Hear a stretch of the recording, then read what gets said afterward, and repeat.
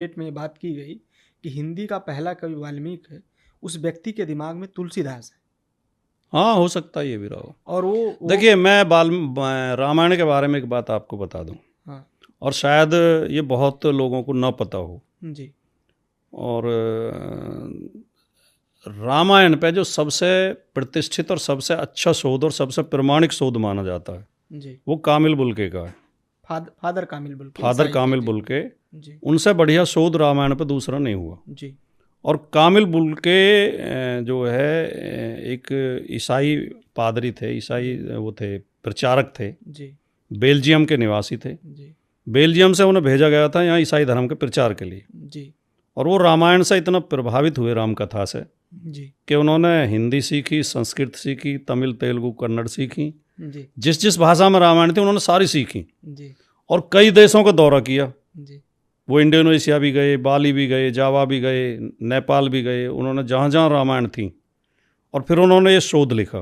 बहुत मोटी किताब है और वो रामायण के प्रशंसक थे, मतलब विरोधी नहीं थे। जी लेकिन उन्होंने तथ्यात्मक तरीके से लिखा। उन्होंने यहाँ तक लिखा है कि राम शब्द पहली बार कहाँ आया है जी ऋग्वेद में, जी और सीता शब्द कहाँ आया, और सीता शब्द का अर्थ क्या है, रामायण राम का अर्थ क्या है।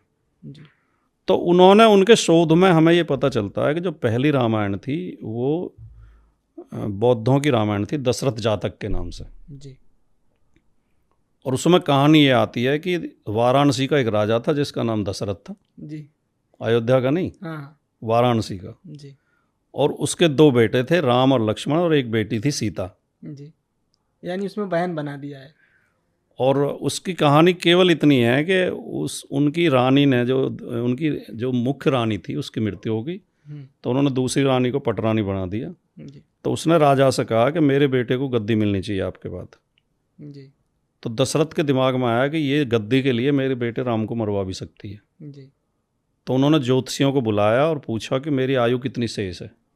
उन्होंने कहा आपकी आयु 12 वर्ष शेष है। जी तो उन्होंने राम से कहा कि तुम और लक्ष्मण दोनों हिमालय पर चले जाओ, जी वनवास नहीं, जी हिमालय हिमालय, जी और 12 साल बाद आके राजगद्दी पे बैठ जाना। जी तो वो दोनों चले गए, हाँ और सीता भी उनके साथ चली गई। जी और दशरथ की मृत्यु 10 साल बाद हो गई। तो फिर उन्होंने, जो वो मंत्री थे उनके, वो उन्हें लेने गए। तो राम ने ये कहा कि मेरे पिता ने मुझे 12 साल के लिए आदेश दिया था, मैं 12 साल बाद ही आऊँगा। जी और वो 12 साल बाद आए और राजा बन गए और वहाँ रहने लगे। जी यहीं तक कहानी है। उसमें ना रावण है ना हनुमान है। जी जी तो अलग अलग जैसे जैनियों ने भी फिर जैनियों की आती है, उसमें रावण है।